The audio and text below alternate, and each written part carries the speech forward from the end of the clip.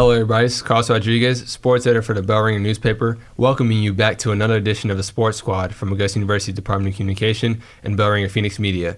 Today the Sports Squad will discuss the Augusta University's volleyball team's recent matches, recap the AU cross-country team's meet from this past weekend, then finish off with AU men's golf, the MLB playoffs, and college football. Joining the squad today is Bell Ringer sports writer Josh Picklesimer, along with Patrick Motes and Rachel Carman. And we have a special guest today, Brandon Martin of the men's cross-country team. Starting us off with cross-country, both the men and women's teams raced at the UAH Chargers Invitational in Huntsville, Alabama. The men finished second in a field of 45 teams, while the women finished 17th out of a field of 41. Brandon, Carlos, and Patrick, I wanted to ask you, what were y'all's thoughts on the meet and how it went for you guys as a team as a whole? I feel like it was a good race, very competitive, and there were a lot of teams there that were ranked nationally. We wanted to prove that we belonged there, and I feel like we did.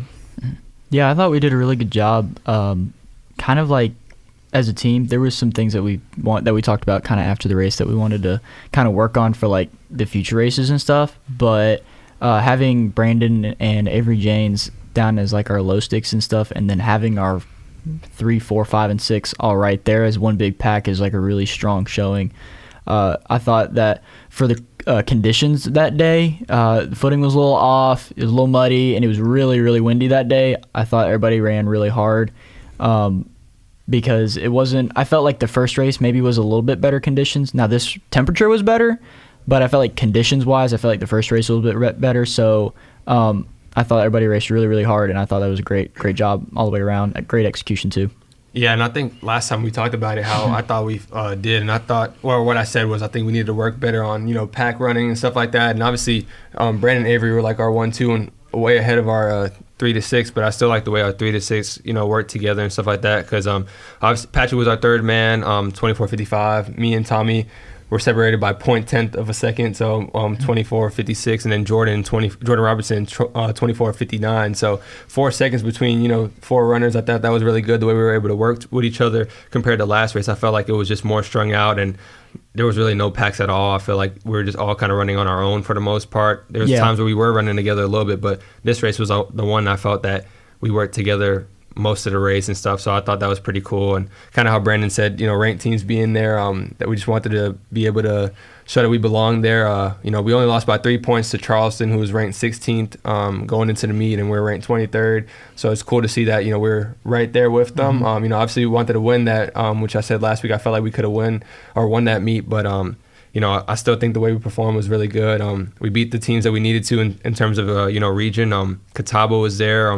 We beat them. Flagler, who's in our conference and region, we beat them. Anderson, Mississippi College is a team that was ranked. We beat them. Huntsville finished right behind us, and they were ranked too. So I think it was just a good overall meet, just being able to race against region competition and some ranked teams and stuff like that, just to be able to get those points and hopefully move up in their national rankings. Yeah, it was definitely our strongest team performance for sure, and I think that the guys kind of knew that going into the meet. Like I remember like everybody's on the line like, all right, it's go time. Like we can do this.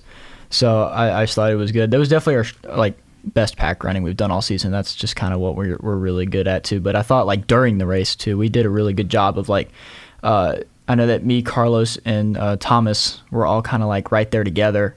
So we did a good job of kind of I guess working the pack, if you will, like taking the lead and then like just kind of switching off and just kind of hitting some just kind of, I don't know, taking turns, I guess, really.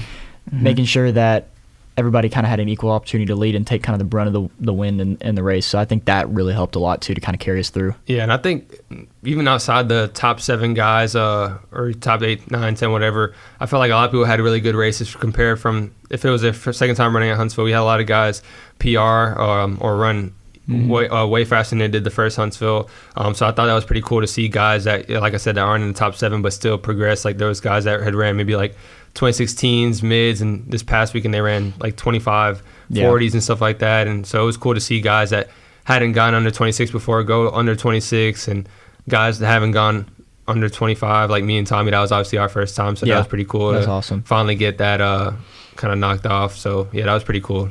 Yeah, they did a great job just kind of picking off the rest of the teams in the back. That's cool. I feel like every time we do one of these, I'm talking about how one of our runners or one of y'all has gotten PBC Runner of the Week. So I feel like this is an award that's consistently being awarded to AUs, because I guess that's why the team as a whole is ranked so high. So Brandon, I wanted to ask you, since you were the most recent PBC Runner of the Week, you finished third overall with a time of 24:18. How did it feel to get that honor and be on this team with some other guys that have won that? How did it feel to get your turn at that award? It was a great feeling. I know that PBC Runner of the Week, we talk about it in practice. Like, we always want to reach for that goal. Just make sure that we submit ourselves as the best team in our conference, because we train like it and we want to race how we train. Overall, we just want to carry that out to regionals and nationals. PBC Runner of the Week is just for the week, but we care about the end of the season. And kind of going on to, some other questions of, for people that don't know, obviously you transferred, this is your first year here. You came from Emmanuel College. So, originally, you go into the portal, what made you pick Augusta? Well, Augusta was a very competitive school. I'd raced against Augusta multiple times since we were relatively close in location. So I knew some of the guys. They were cool, and the coach. I really liked the program, and they have a lot that I need academically as well, so it just seemed like the perfect fit.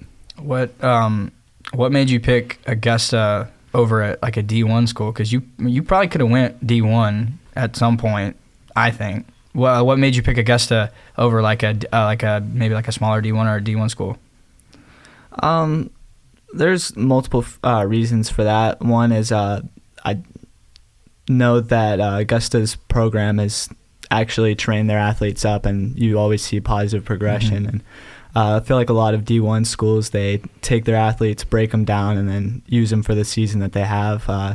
Augusta's also got a med school here, so I know that academically that's one of the biggest factors for why I came here. And then I did know some of the athletes beforehand, and I just like the team environment.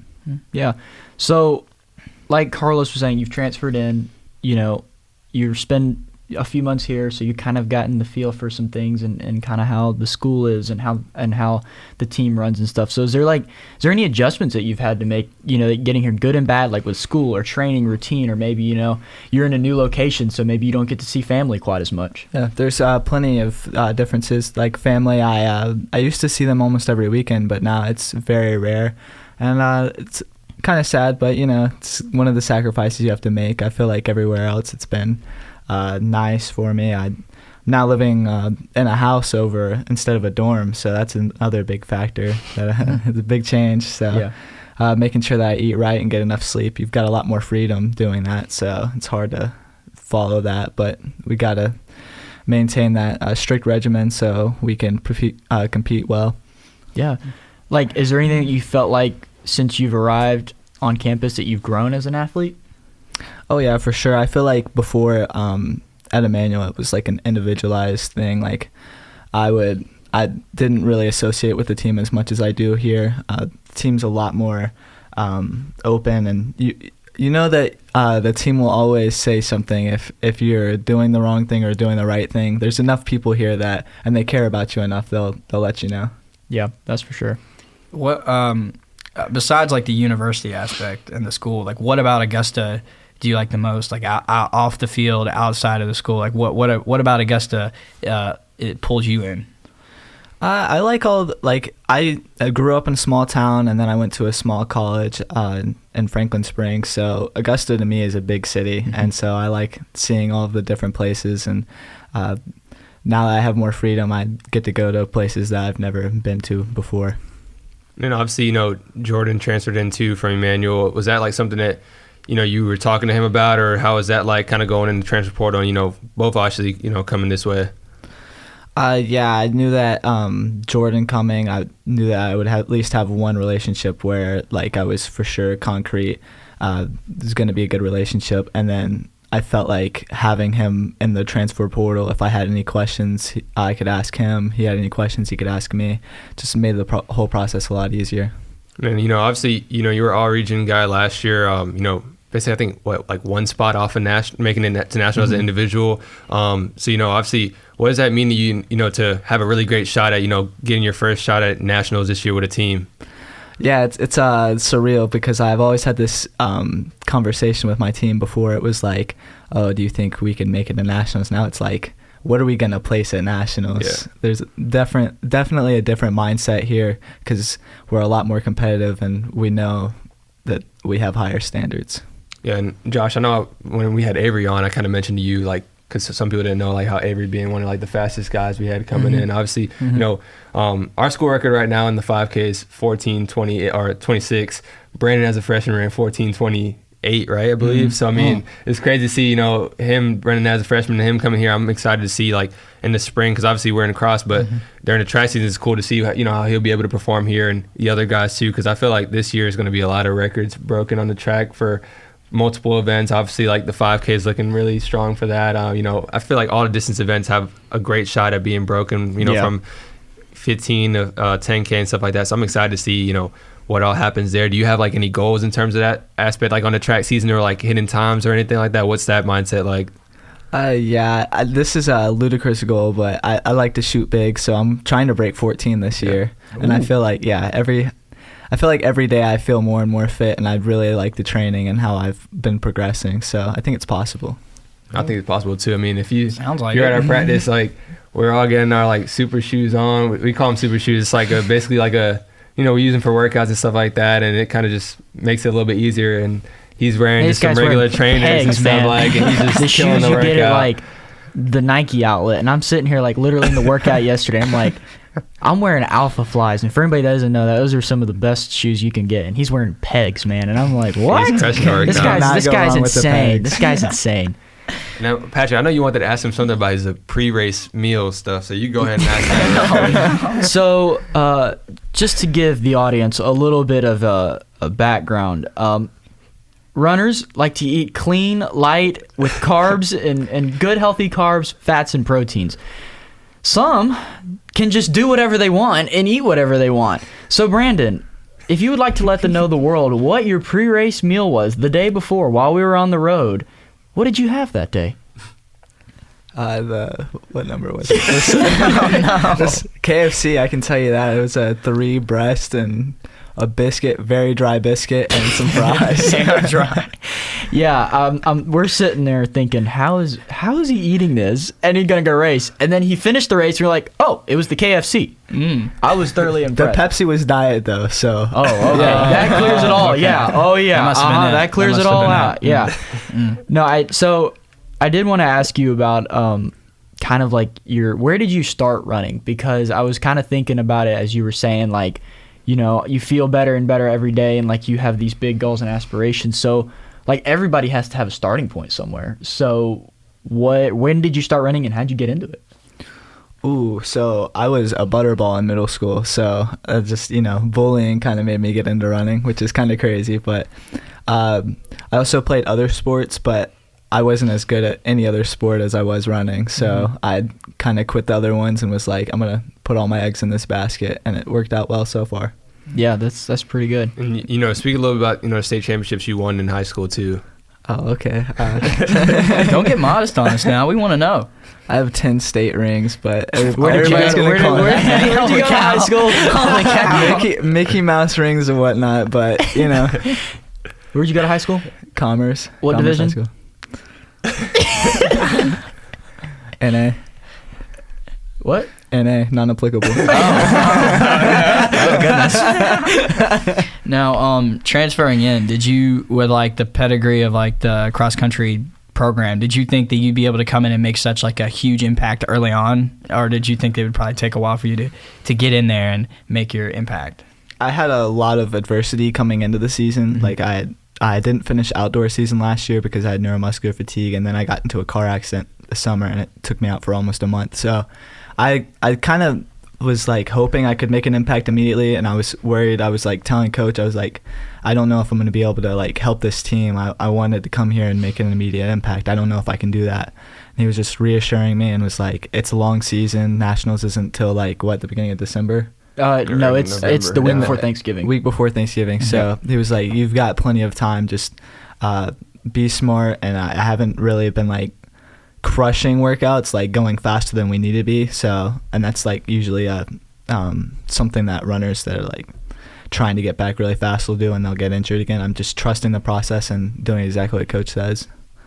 Yeah, I mean, that's definitely kind of, I know, like, you know, for the rest of the team, like, it's been really nice, like, when you and Jordan have come in and made such a great impact already. You know, when we lost Hans and Kai, that was going to be 2 big roles that we really had to fill, and we found those 2 roles in you guys, and, you know, it's been, like, I felt like it's been really, like, just easy going, like, everybody's just kind of gotten into the groove, the training, and it's just been, like, really simultaneous. So I feel like that's been, like, a really big plus. What do you think about that? Like, has it just been, has it felt simultaneously for you? Yeah, I agree. I feel like we were kind of just like the missing puzzle piece that like fell right into place. It was perfect shape, and we just were easily able to adapt. It was you guys made it really easy, like super welcoming, and then like me and Jordan just, we love you guys. So yeah, it's good to have you all on here. So my last question for you, I don't know if Carlos or Josh have any more. My last question for you is, do you have any post-collegiate like aspirations in running or any other type of sports you might want to dabble in? I kind of want to run the marathon just one time. I'm not a big marathon fan, but if I can qualify for Boston and then get that under my belt, just say I ran at Boston. Nice. Yeah, that's a good goal. Yeah. Goodness. All right, well, I can definitely tell that they're glad to have you, and we're glad to have you on the show. Thank you for joining us, Brandon, and good luck on the rest of your season. I'm looking forward to it, and I can guarantee these two are looking forward to it as well. Appreciate it. Moving on to volleyball, since the last podcast, the team went on to play Francis Marion and Lander last weekend, and then Georgia College last night. You know, unfortunately, they snapped their 13-game winning streak. At the time of the last podcast, it was 12, but then at Francis Marion, you know, made it 13. But then obviously lost to Lander, but then bounced back with a 3-0 sweep over Georgia College last night. Rachel, recap us on the results from those 3 matches. Yeah, no. So like you said, first off, they faced Francis Marion on Friday at Christenberry. Going into the match, FMU was sitting at a 9-4 record, which was 5-1 for their conference. Carolina's play. So not as good as the Jags, but still very competitive. So I think the Jags went in looking to play hard. They really needed to focus and stay in system, relying on their setters like Janvier to really get the ball where it needs to be so that your hitters like Jasmine and Sophia could put it away like they needed to. And they really needed to maintain the momentum and just keep the pace of the game. And I think they did really well. Set points for that game were 25-12, 30, 28, 25, 22. So, of course, that first set was pretty quick and easy. Wasn't too much going on there, but here comes the second set. Really a fight between the two teams. I mean, going to 30, you don't see that very often. And Francis Marion had 28, so that's impressive for them. I think that really goes to show how much both of these teams were really in to get the win. But then in the third set, Augusta took it 25-22. So it was a good game. I think both teams really had some fantastic numbers, but the Jags, of course, came out on top. You had outside hitter Jasmine Wheeler with 18 kills. Libero Dariana Luna had 20 digs. And John Vieira Buggs had 40 assists, which is a season high for her, but also the highest we've seen from any player in the conference this season. So just really, really amazing numbers there. I think it was overall a really nice match, really well-deserved win for the Jags. Kept up that winning streak. But then, of course, here comes Lander, kind of taking that away from them. But this was definitely the most anticipated matchup of this season. You had number 1 seed AU, that 13-game winning streak facing off against Lander, who had a 12-game winning streak, and their number 2 seed in the conference for the Peach Belt. So it was highly anticipated. I think we expected to see a lot of really good volleyball from these two teams. I think we know that they were both going to really fight for it, but unfortunately the Jags weren't really playing like themselves. I think they kind of let themselves make a lot of mistakes. They were kind of sloppy here and there. You had a lot of free balls, lots of missed serves, and different things that really kind of gave the points to Lander that they were just not really able to defend against. So it was a little sad to see. Set points for that game were 17, 25, 22, 25, 25, 23, and 15, 25, winning for Lander. So you see they won that third set. They came back, kind of got more confident, more strong. But in the end, Lander took it from them. But we saw, again, some really good numbers. Janvier Buggs, again, 39 assists. So still keeping up with that season high. She's really progressively getting better throughout the season. But I think in that game, again, they just kind of weren't playing like themselves, making a lot of silly mistakes that really cost them in the end. We see them, be really clean over the past few games, but then Lander they're very well matched against each other, I think, and it's easy for them to kind of take that from them, which was very, very sad to see. But then last night, they kind of got their revenge and won against Georgia College. Now, Georgia College has yet to win a match in the conference. They're, I think, 0-7 now, which is not good for them. So I think AU kind of was able to rest a little bit coming out of that game with Lander, just really competitive game. They got to go into this three-set game and win 25-9, 25-18, 25-11. So, I think some of that pressure was off. You don't have such a big winning streak to maintain. You get to go in and just have a good time, play a good game, and just take it away. And again, wonderful numbers. You had John V.A. Buggs, 31 assists, Jasmine Wheeler, 11 kills, Dariana Luna, 14 digs, and Savannah Davis, we see her consistently as well with 3 blocks. So overall, very quick game. It was like 45 minutes. They just really went in. We're like, we're just gonna take this, and I think it was a good game. It was good. Yeah, it seems like they get like, besides the Lander and some other games, a lot of sweeps and stuff like that. It's just in and out and stuff. So I mean, it's pretty cool to see they just handle business right away, and just ready to get back out there and get back on the road. But John VA's won her second PBC Specialist of the Week award.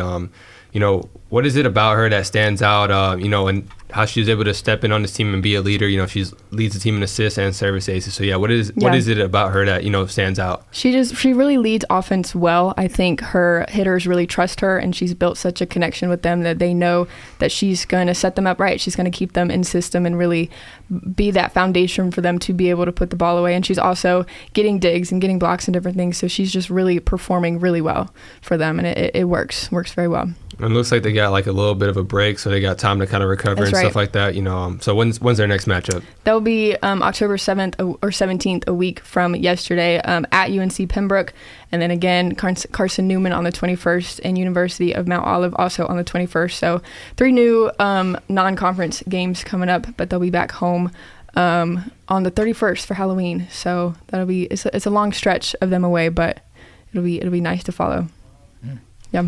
All right, moving on to golf. Carlos, the men's golf team just finished the 3-day tournament yesterday. So talk to us about where they went and how they performed in that tournament. Yeah, so they competed at the Bank of Tennessee Intercollegiate hosted by East Tennessee. They finished tied third with the University of Toledo, finishing 2 under par. And what I've noticed about this team is that each tournament they're just getting better, which fortunately is good than last year, because obviously last year it felt like they were staying in the same spot or kind of going backwards, finishing towards like that bottom half of each tournament they're at. But it's looking like they're moving in the right direction right now. ETSU dominated that whole tournament. They won. It was their home course, and and they won 27 under. So they blew out the field. Yeah, Second place was Charlotte, which was 15 under. But yeah, Stephen Jacobs and Dawson Boofer finished tied 21st, shooting even. So they were the top 2 guys on the team, and they beat a lot of ranked teams. So it was cool to see. In golf, it's a little bit weird. I didn't realize that. I guess they do like top 100 rankings and stuff like that. Normally, you're used to seeing like top 25 and stuff like that. But yeah, so the team finished third, and they beat, the number 44th ranked team, Florida Gulf Coast, 97th ranked team, Penn State, Rutgers, who's 72, Virginia Tech, who's 91, Loyola Marymount University, who's 27, and then Liberty 80, who's 65th in the nation. So cool to see that they're able to, compete with these ranked teams and also, knock them off. So I thought, like I said, compared to what we saw last fall, they're definitely clicking more than they were. Yeah, exactly. So, and I just think it just comes with experience. Obviously, you got Stephen Jacobs, who's now a sophomore, who we talked about a lot of times on this show, who's one of the main key pieces. But then Dawson Booth is an upperclassman, so it's cool to see both a younger guy and an older guy working together to lead this team. And I'm ready for the spring, because obviously that's when, like I said, it matters and stuff. And it looks like they're going to be playing very well, and probably getting another conference championship here on. Moving on to the MLB playoffs, Josh and Patrick, obviously, a lot of stuff has gone on since the podcast. Wild cards have gone through. Now we're in the divisional series and stuff. The Rangers just swept the Orioles. Sorry, Dr. Bulla. Braves and Phillies are tied with Game 3 today, I believe. And Astros up 2-1 on the Twins. And then Diamondbacks or Dodgers could be on the verge of getting swept too by the Diamondbacks. So, what are your guys' thoughts on the way the playoffs have been rolling out so far? I've actually really enjoyed them. I feel like when I watch the wild card series, I like that there's multiple teams in it. I don't really think that it's necessary that you need a best of best of 3 for the wild card. For the wild card. I think it should be a one and done type of thing. Like, I know like a lot of teams were like upset about how their entire season came down to one game, but like if you don't win the division, then I feel like that's your penalties. It all comes down to one game. So well, yeah, I think that. But I mean, I enjoyed them because I mean, every single one of the teams that made it to the wild card got swept. Yeah, so, I mean, it never made it to a game 3. I think a big thing that you have to look at too, like just putting like Braves bias aside, I think you're looking at like all the top seeded teams right now who came in and had that bye and like had a little bit more time off. You're seeing the effects of them. Like game 1 of the Braves, like it looked atrocious. Like absolutely. it was really painful to watch because like there was just nothing on, and it bled into game 2. It took the Braves like 16. It took them like a 16 inning. Yeah, combined to score a run. So I mean, it was rough. I definitely think that if you give like those, like, you know, since you're the 1 and 2 seed, I feel like you should be getting the advantage going into the playoffs. I feel like this is like a popular narrative right now. It's almost a disadvantage because you get 10, 11 days off, and you're not seeing live BP. You're not hearing the crowd get you hyped, you know. Well, it's not. You're just losing all your rhythm. Like baseball, I feel like it's such a systematic sport that like once you fall out of that, like it's hard to get back in it too. Like, I think Ronald Acuna is the MVP this year. There's no questions asked. And, like, the past 2 games, like, he hasn't looked like that because he's been out of it. I mean, Max Fried the other night, when it was like 3 innings in, he was 75 pitches in. Like, I think there's 1 inning he threw 20 pitches. Like, and Strider didn't look amazing either. I was really surprised the Orioles actually got swept by the Rangers. I know the Rangers are like really hot on offense, but I kind of expected the Orioles to kind of give them a little bit more fight. And really the Dodgers too, down 2-0 to the D-backs right now is really surprising to me too. So like, have you been watching the Braves lately?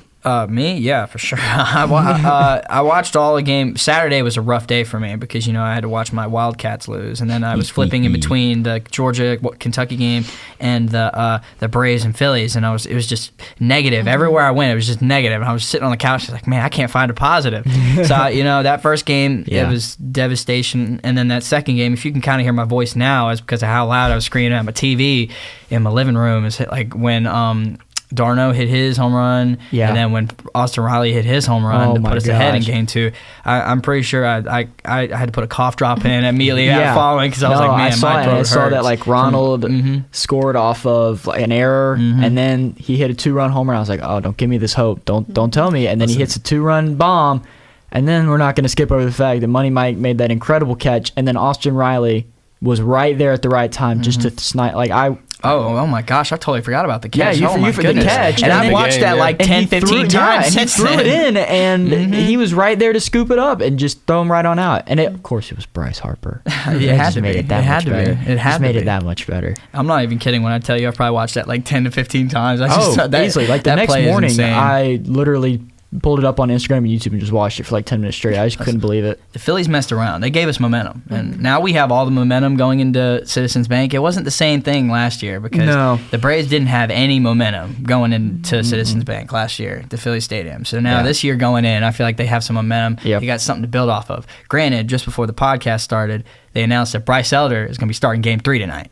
And so beginning of the season, you're like, sweet, Bryce Elder starting, let's go. Yeah, you know, he had like a below 2 ERA. He was now leading the league in ERA. Bryce Elder. Yeah, his ERA is like a 5.4 in the second half of the season post All-Star break. So you're like, I don't know if I really want him starting. But I mean, we're kind of out of options. It's either him or you got a rookie in AJ Smith-Shawver starting. So I'd rather start Bryce Elder, somebody who has some experience, because there is a game where he pitched in Citizens Bank this year. He gave up 3 hits. He went 7 innings. I mean, and we won. So if we get a chance. Something close to that, I'll take it. But I feel like tonight is the must-win game. If they don't win tonight, you're not winning Game 4 down 2-1 to the Phillies. Just not happening. It's not going to happen. They got to win tonight. Especially if Ranger Suarez pitches, if he does anything like he did in Game 1, then you're toast.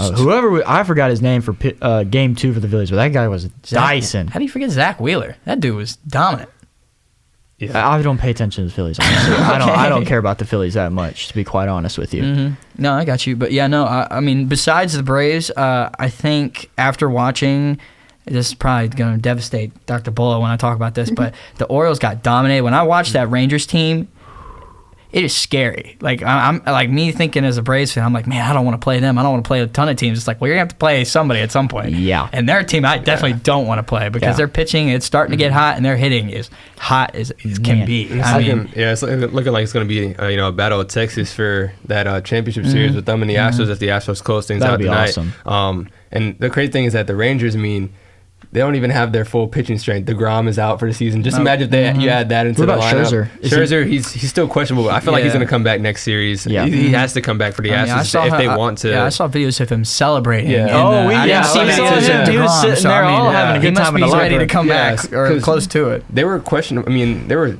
debating if he was going to come back for this series against the Orioles, but obviously they didn't need him. So I feel like he's definitely going to come back. They're definitely going to want him there just because the Astros, are a tough team to play, obviously every year and stuff like that. So that'll be interesting to see. But Diamondbacks and Dodgers at Chase Field. So Diamondbacks, it's looking like it's all going their way. 2 straight games on your home field. So and what the key with them is that they've been striking early. They were up 11-0 the other game 1. Dodgers didn't score till like the 8th inning. So if they just keep rolling like that, that Clayton Kershaw masterclass performance, that was great, bro. That was awesome. But you gotta wonder though, like the whole season was like, we don't want to play the Dodgers. You can't play the Dodgers. You can't go Dodgers. And then they're getting beat like this, and you're like, do we want to play the Dodgers? Yeah, I know. That's what I'm saying. Do we want to play the Dodgers? I almost don't want to play, like, let's say the Braves make it to the next round. I wouldn't want them to play the Diamondbacks at the moment because they look hot. This is postseason baseball. You got to play somebody. This is literally the best team. You got to play the best teams. We can't sit around here and just play the Rockies all day, unfortunately. I wish. But I will say I absolutely loved seeing the Dodgers lose. It's great. Dude, it's after all, everything they've done to it. It's like watching Alabama lose. It's just such a satisfying feeling. Yeah, I know. I agree. What I wonder is that the scheduling is so weird with MLB because, all teams played game 1 on Saturday, and then Sunday it was just the AL playing. So I'm like, I wonder, what's this? What is that behind that? So when they restructured, it's weird because now last year the schedule that the NL has is what the AL had last year, where they played a game, rest, played a game, rest, and then now the NL is going to play back to back. So that's what the AL had to do last year. So it's confusing, but that's going to start flip flopping every year, considering there's 12 teams in the playoffs now, not. I think it was 10. I think they gave 2 more spots than last year. So it's weird. I don't really like it. They need to take a look at the structure and the schedule because first thing's that 5-day break's got to go. It needs to be a 1 card or 1 game for the wild card, and then it needs to be no more 5-day breaks because it's just thrown all these teams out of whack. For sure. All right, now before we wrap up, just a little bit of college football. Obviously, I know, Patrick, you've probably been waiting for this since Saturday night. Georgia versus Kentucky game, obviously blowout. So go ahead and both of y'all's thoughts on what occurred on Saturday. So I'll just go ahead and save Josh the pain of discussing this. I think we just had another absolute Carson Beck masterclass performance. I think Brock Bowers should be up for the Heisman. I don't understand. So I do want to throw this out there like a quick little tidbit. I thought the Texas-Oklahoma game was phenomenal, and I thought Dylan Gabriel played outstanding. But I don't like how people are all of a sudden he should win the Heisman for that. He hasn't played like that on a consistent basis. So I think that Brock Bowers, personally, is the best player in college football. But I thought the team looked really good. They got out hot. They kept it going. I was really impressed with how the run defense was because, y'all have a good physical team. Y'all's running back is legitimately good. They ran all over Florida the week before, and they couldn't do nothing about it, and then your coach griped and complained about it on the internet. So, I don't know what you want to do about it. I as a Kentucky fan, I got to give my props to Georgia. Y'all dominated. They dominated. I can't. Obviously, we lost 51-13. You can't say nothing good about the Cats. A 50 burger. You can't really. I just want to say I think it's really unfortunate for Kentucky that the one game where Georgia, everybody was questioning them. It was like, I don't know. They look terrible. They started slow. I just loved how y'all's toughest opponent, which was the Cats, y'all got them at home, and for some reason you packed the stadium. I don't know why. Why you gotta do that to Kentucky like that? But whatever. Everybody that because I've been having every single Georgia fan I know in my DMs texting me, calling me, talking about how this game went, and I'm like, dude, listen, because you're waiting till today. I despise coming in today. But I will say this is my opinion. This might be an unpopular opinion. I think Kentucky had a shot in that first quarter to win the game because y'all went down, y'all scored quick, and I was like, okay, maybe we'll do the same. We had a couple plays where y'all had some good deep balls. They had a couple plays where they were going great, and then guess what? We started holding, and then y'all get a stop, and we punch y'all in the face, and then we push y'all over. We were just shooting ourselves in the foot. That was very the problem. true. But Kentucky was just shooting themselves in the foot. If your longest run of the entire game after play was 11 yards, that's good. The longest one of the entire game. I don't think that's that bad. I mean, it's not great, but the Auburn quarterback just took it for 60 on them the other week. And that happens, it happens. I think the main problem is our quarterback was missing wide open throws. So, if you couldn't hit your receivers, all Georgia has to do is run commit because we can't hit the receivers. So, you just got to run commit. And guess what? Your defense is great. I don't care how many times people say, oh, they've left. It's not going to be the same. It's still Georgia football. It's going to be good. Yeah. I mean, it's also hard to compete, too, when you got Brock Bowers running a shutter step on your DB.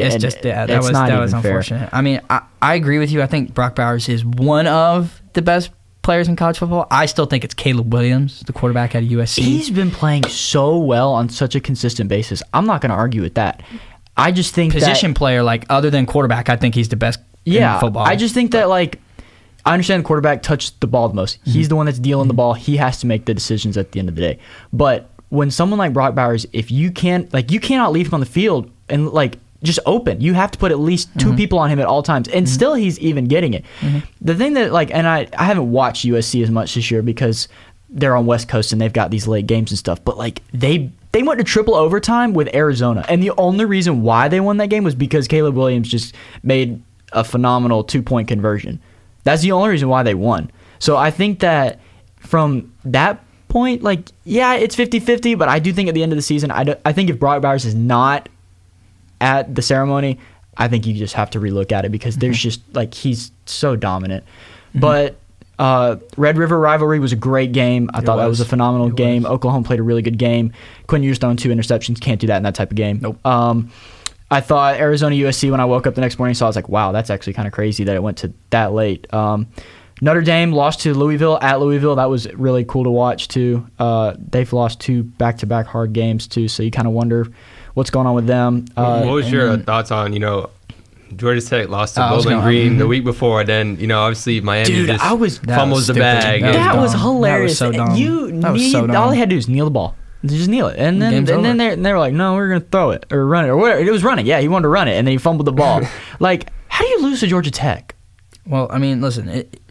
The percentage of them winning was very slim, If you just hold on to that ball, game's over. But he fumbled, and guess what? You still had to throw a 50-yard bomb to get the win, and guess what? They did. So, I mean, that right there is almost a fireable offense for a coach. I think, if you're going to do that, Mario Cristobal, you can't be on the doing hot that, seat dude. just for that one decision. You cannot be losing. You can't that do game. that. And they dropped all the way to 25. I thought they should have been kicked out of the top 25 after that for losing to Georgia Tech. Yeah, absolutely. Oh, absolutely. And then, before we wrap up. Predictions on Oregon and Washington this weekend. Yeah, it's at Washington, so that I know that's going to be an electric atmosphere. I think it's going to be a really tight game. I think it's going to come down to the quarterback battle. You have Bo Nix and Michael Penix in contention for the Heisman as well. They've been playing great. So I haven't been watching those two quite as much. I did watch the Oregon versus Colorado game. I think I'm going to take Oregon in this. I don't know exactly what the spread is. But I think Oregon will win the game just because I feel like they have a tougher team and they have a little bit deeper of a roster. Mm-hmm. But I think Oregon does take the win away. I'm going to take Washington because I think Michael Penix he's special. He's phenomenal. I've seen him. I mean, it's like Tua, but he's mobile and he's more accurate. Mm-hmm. And he's, like I said, he's more mobile. He's more physical. So I just don't see how you're gonna beat that. I mean, that's just because he's my number 2 in Heisman right now, behind Caleb Williams. Yeah, they have Washington as a 3-point favorite. Yeah, so I'm just gonna do what I usually do. I'm gonna go against you, Patrick. I'm gonna say Washington's gonna win. Okay, I mean, ain't that right, I think Rachel? Whoever wins this game, honestly, I think they should deserve to be in the top 4. I think because Georgia's 1, Michigan's 2. Who's 3? Florida State. Florida State moved up to 3. 3, and then Oklahoma went to 4, I think.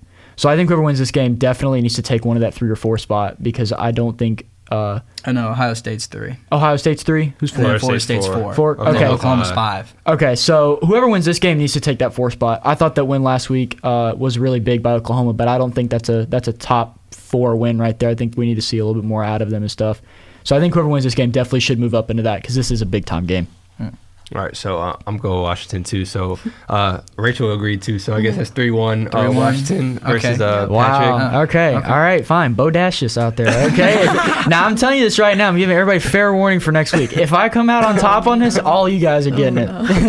It's wraps for y'all. Now, if I lose, I take it. Y'all. You're gonna have 3 people coming at you. So. Yeah, I know, and I will. And if they played like trash, then you played like hot trash. Like, what are you gonna do about it? All right, that'll wrap everything up for today. Thank you for listening, and thanks to our panelists for being on the podcast, Josh Picklesimer, Patrick Motes, and Rachel Carman. Also, thank you to our special guest, Brandon Martin. We'll be back soon with another episode. The Sports Squad is a production of Bellringer Phoenix Media, and the producer today was Ethan Balducci. The opinions stated here are those of the individuals and not Augusta University. You can find us at aubellringer.com, on the Augusta Press website, on Spotify, and on social media. Please send your comments to bellringerproduction@gmail.com. Have a great day, and listen again soon. This is Carlos Rodriguez saying so long. We're out.